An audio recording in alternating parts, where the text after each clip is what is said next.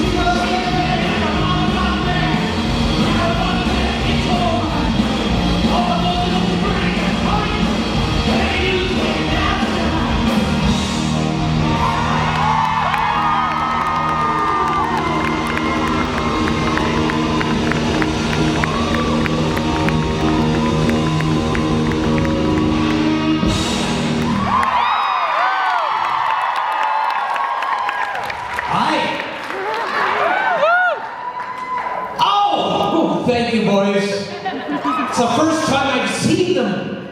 You know, we've been talking online because we were going to play that Saturday night with you, and then found out sadly he won't be here Saturday night. So we can play it for you now. Thank you so much. Great. We'll do that again. We'll have to do that again next time. We're all together. Yeah, absolutely.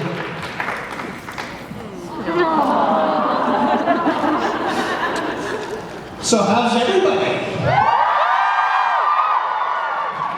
We're in Vegas. Oh, I got it. I wasn't prepared. Well, gosh, it's awfully good to see you all. Why don't we go ahead, start over here. Hi, good morning. Good morning. So I was wondering if you could tell us about your experience on that 70s show? Oh, wow. Actually, that was pretty cool. It was an episode with Alice Cooper and who was it? There was somebody else from the 70s, from our period. It was like there were a bunch of us old people, and then there were young people, but we were the old people. And so we would sit around, Alice and me, and we would be sitting around, remember those days? You know, and then, Ashton and all the rest of them were all, oh, we're on a show. And we're like, yeah, see what happens, kid. Of course, they've all done okay. But it was great, it was really fun. Lovely working on that show. What? No more stories? Well, it's weird because, all the names are gone. It's one of those things where you cram for an exam and you study all the things that you think you're going to need, and then someone asks for 70s show, which you weren't expecting at all. And so all of my stories are sort of pointless if I don't remember who the people were. let me think. Ashton is now with Mila Kunis, who is on American Dad. Actually, Family Guy. Thanks. And one of those. And so she's on now, and she's with Ashton, and she was so young. It was kind of like when I realized who this new person was that I was seeing in movies, that it was little so-and-so, you know? Just a huge shock that she had grown up. And how weird it might be to think about if you're Ashton, and you would spend all those years with this young girl who you wouldn't think of that way. And now you're with her? It would be like being two sisters. So that was one thing that struck me as interesting. Which is how my mind works. Sorry. That's it. That drains me of my 70s show stories. Yes. Hello, this is awesome. Hi. You're cool. So my question is that, like in Revenge of the Nerds, you were called Booger. Yeah. And then American Dad, you were Snot. Yeah. So I was wondering, does that like bother you that people associate you as Booger Snot?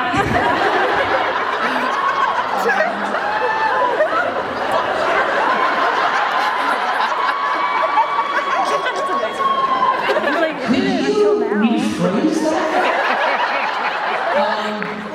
No, I think it's cute. I mean, I wasn't a whole lot excited about the idea of playing a character named Booger originally. I really didn't like it because I thought it was beneath me. Because I was a young actor, you know, everything is beneath you. And then over the years, I've gotten so used to being Booger for so many people that when Seth MacFarlane created a role for me to do named Snot, it was an honor more than anything else. It's like, oh, they remember me. And so he was a fan, and Seth is a fan of Revenge of the Nerds. So when it came time, we just decided to make a Snot. And at this point, at that point, I've been, Booger for 25 years. So being Snot for another 10 is no big deal. Thank you so much. Thank you. Hi, sweetie. Hi, darling.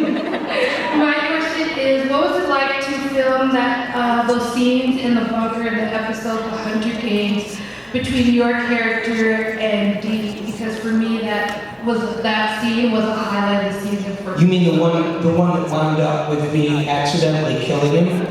No, this season. And you guys you mean when I was in the dungeon and you're tied up with and I was being horribly beaten and almost killed by that asshole.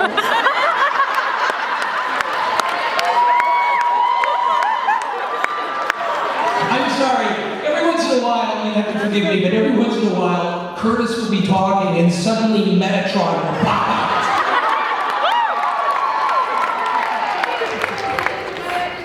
No, I love working with him. And the reason I was confused about the titles, but the reason I mentioned the other one, the one where Metatron accidentally kills him, is because those scenes between Dean and Metatron are astonishingly powerful, and they're so beautifully written, and I just really go to town, and all of them are so great, and I've been really lucky because I get parceled out scenes with all of the guys except Mark. And more about that later, I'm sure. And, but with the rest of them, I get scenes parceled out and it's really great. But with Dean, there's something going on with Dean and Metatron that is deeper and darker and more horrible than with anyone else. And it's really awesome. Well done. Thank you for being here today. Thank you. I asked this question to someone yesterday. That is the worst picture ever. What was the last book you read, and/or what are you reading now?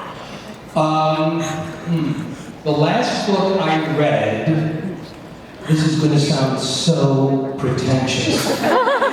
The last book that I read was a book called Washington Irving's Contribution to the Corrector 1804, which is actually a book collected, a collection of political satire that Washington Irving wrote in 1804. That was the last book I read. The current book I'm reading is The History of the Monkeys.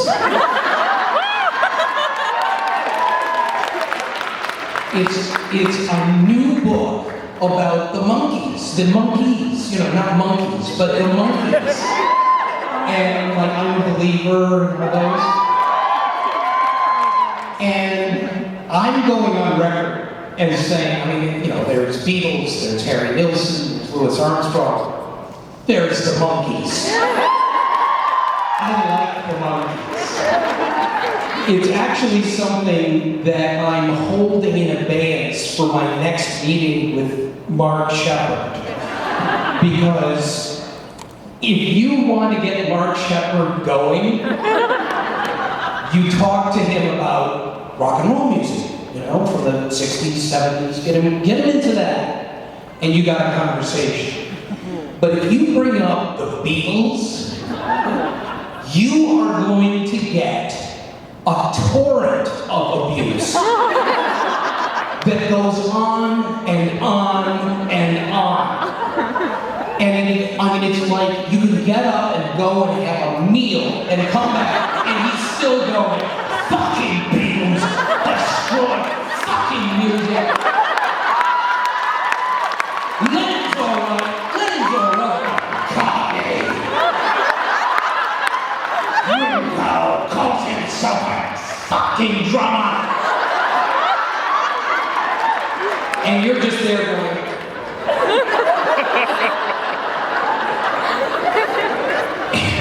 anyway, that was off the subject, but basically, I don't know. I guess I've got issues with Mark Shepard that are coming out.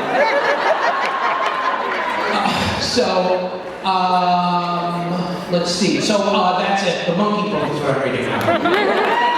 Yeah. Hi.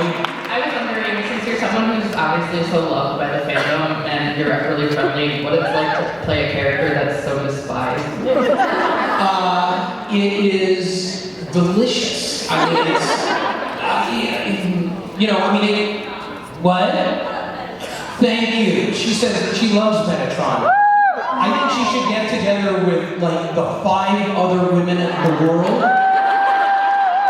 and start the world's smallest club. The Metatron Fan Club. I love it because, I mean, I don't love it just because he's so despised. That's bonus. I love it because it's a deeply humorous and articulate character that's written so beautifully, and there are things in it as an actor that, you know, other people may not notice. Maybe the writers don't intend it, but there are things in it that I can latch on to which help me make him become a real person, at least to me, which is my job, is to make him a real person. And, but you can't do that, or it's very hard, it's a lot harder to do that if you're handed, you know, just any old piece of crap. And Metatron's, I've said it before, I'll say it again, Metatron is one of the top, in a 40-year career of acting, one of the top 5 roles I've ever had. theater, film, television, doesn't matter. It's up there. Love it. Thank you.